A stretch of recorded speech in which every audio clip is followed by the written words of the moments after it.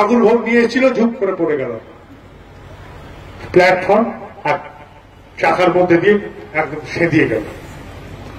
ঋত্বিক দাদা হায় হায় করে উঠলেন যে এ তো সর্বনাশ হলে, এই মাত্র লোকটা এরকম করে আবেগ নিয়ে ঠাকুরের জন্য নিয়ে এলো, এরকম বিপদ হলো। লাফ দিয়ে উঠে চেন টেন টেনে ট্রেন থামানো হল। ট্রেন থামতেই দেখছে যে ধুলো ঝাড়তে ঝাড়তে সেই ব্যক্তি উঠে দাঁড়াচ্ছে। প্ল্যাটফর্ম আর চাকার মাঝখানে কে যেন তাকে আলগো করে রেখে দিয়েছিল। ট্রেনের চাকার তাকে স্পর্শ করলো না, তার মৃত্যু হলো না। এই যে মন তার ব্যস্ত ঠাকুরে, তাই মৃত্যু তাকে ছুঁল না। আমি একটা ঘটনা বললাম, বাস্তব ঘটনা। তা আমাদের চলা এরকম। আর আমরা কিভাবে চলি, আমাদের চলা কেমন হয়? একটি ব্যক্তি ছিল, সে যাই কেনে তাতেই ফাউ চায়, যে আমার একটা ফাউ লাগে। বাজার থেকে যাই বাজার করে আনে, কিছু না কিছু ফাউ তার লাগবেই লাগবে, ফাউ ছাড়া সে চলে না। এমন সময় একদিন সে গেছে একটি দোকানে তেল নিতে। তেল নেবে কিসে? বাড়ি থেকে একটি কাপ নিয়ে গেছে, পেয়ালা, চা খাওয়ার যে কাপ, সেই কাপ নিয়ে গেছে। তখন 1 পয়সা 2 পয়সা তেল পাওয়া যায়, যতটুকু তাই হয় তাতেই হয়ে যায় ঘর সংসারের রান্না। সে তেলের জন্য তেল বা কাপ একটি নিয়ে তেলের দোকানে পৌঁছেছে। তেলের দোকানদারকে সে বলছে যে আমাকে একটু তেল দাও দেখিনি। তেলের দোকানদার সে ওই কাপে যতটুকু তেল আটে সেই মূল্যের তেল তাকে দিয়ে দিয়েছে। এবার তেলটা নেওয়ার পরে তার মনে হচ্ছে কই ফাউ তো নিলাম না। এই ভেবে সে দোকানদারকে বলে আমার ফাউটা দেবে না, আমি যে তেল নিলাম। দোকানদার বলছে যে ফাউটা নেবে কোথায়? তখন সে হাতের কাপটা উল্টে দিয়ে পেছন দিকে যে ছোট্ট গর্তটি আছে কাপের পেছনে, সেখানেই ফাউটা দিতে বলে। এবার কাপটা এরকম করে উল্টো ধরে ফাউ নিয়ে সে বাড়ি ফিরছে। পথে একজনের সাথে দেখা হলো, বলে যে ভাই তুমি কাপ উল্টে এরকম করে কি নিয়ে চলো?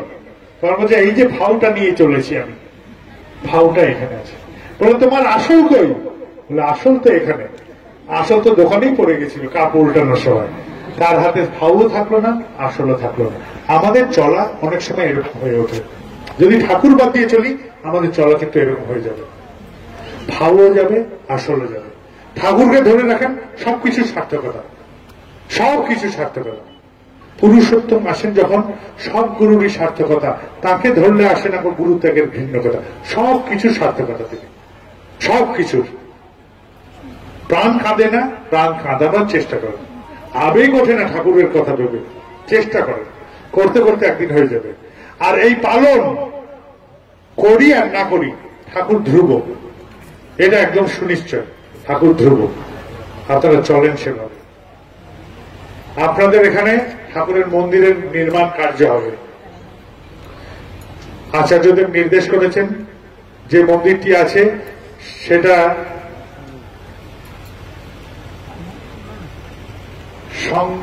সংস্কার করে দোতলা করে ফেলতে। বহু লোক হচ্ছে, গুরুভাই হচ্ছে, ওখানে কুল হচ্ছে না, স্থান কুলান হচ্ছে না।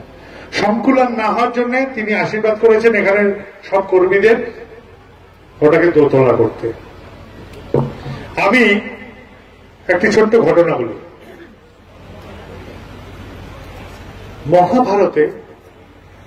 মহাভারতে একটি ঘটনা আছে। সেই ঘটনাটাই এরকম যে একটি অত্যন্ত দরিদ্র পরিবার, বহুদিন খায়নি, খিদের চোটে তাদের প্রাণ ওষ্ঠাগত, প্রাণ যায়। এইরকম সময় একদিন একটু খুদ তারা খুঁজে পেল, ভিক্ষা করে, বহু কষ্টে, কেউ দেয় না তাদের। আর খিদের চোটে তাদের প্রাণ ওষ্ঠাগত। এইটুকু যে খুদ জোগাড় হলো, সেই খুদ নিয়ে তারা খেতে বসলেন। যখন খেতে বসেছেন, 4 ভাগ করে, পিতা মাতা পুত্র কন্যা 4 জনে মিলে ভাগ করে ওই যেইটুকু পেয়েছে সেটুকুতে যাতে জীবন রক্ষা হয় তাই খেতে বসেছে। ওই দিন না খেলে তাদের মৃত্যু যেন আসন্ন, শরীরে আর শক্তি নেই। এমন সময় এক অতিথি এসে উপস্থিত হল। অতিথি এসে উপস্থিত হতেই সেই অতিথি বলল, আমি ক্ষুধার্ত, আমাকে কিছু খেতে দিন। অতিথি নারায়ণ। তাই এই ক্ষুধা তৃষ্ণা কাতর পরিবারটি অতিথিকে বসালো যে আপনি খান। পরিবারের যে পিতা, সে তার নিজের অংশ তুলে দিল সেই অতিথিকে। ওই যত সামান্য অংশ খেয়ে অতিথি বলল, আমি তৃপ্তি পাইনি। এই শুনে ওই পরিবারের মাটি তার নিজের অংশ তুলে দিল। সে বলে যে আমি এখনো তৃপ্ত হই। পুত্র কন্যাও সেইভাবেই নিজেদের অংশ তুলে দিল সেই অতিথিরা। অতিথি তা খেয়ে তৃপ্ত হল।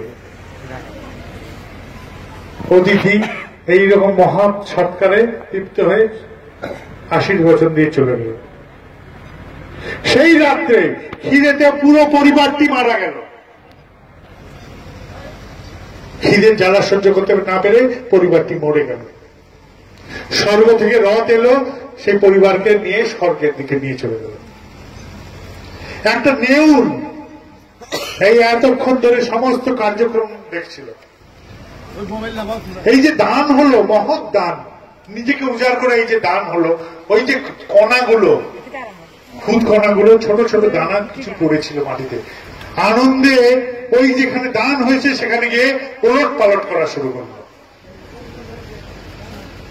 যেটুকু সামান্য দানা ছিল তাতে তার শরীরের অর্ধেকটা সোনায় পরিণত হল। তার অর্ধেক শরীর সোনার, অর্ধেক শরীর যেমন থাকে নেউলের সেরকমই থাকলো। সে জিজ্ঞাসা করলো, আমার এই পূর্ণাঙ্গ স্বর্ণ হবে কি করে আমার দেহ? বলে, এইরকম যদি দান কোথাও হয় তাহলে সেখানে গিয়ে তুমি যদি গড়াগড়ি খাও তাহলে তোমার বাকি অংশ সোনায় পরিণত হবে। সম্রাট যুধিষ্ঠির সিংহাসনে বসে আছেন, মহাভারতে বলছে কুরুক্ষেত্র সমাপ্ত হয়েছে, তিনি বিশাল যজ্ঞের আয়োজন করেছেন। সেই যজ্ঞে বিশাল দান হলো, অজস্র দান, অজস্র অঢেল দান হলো। সেই দান ক্ষেত্রে এসে সেই নেউল গড়াগড়ি খেল, কিন্তু তার দেহ স্বর্ণে পরিণত হল না। তাই অঢেল থাকলে যে দান, সে দান দেওয়ার মধ্যে কিন্তু এই মহত্বতা নেই। যার কাছে যাই আছে তাই যদি উজাড় করে তখন সে দানের মহত্বতা হয়। বহু আগে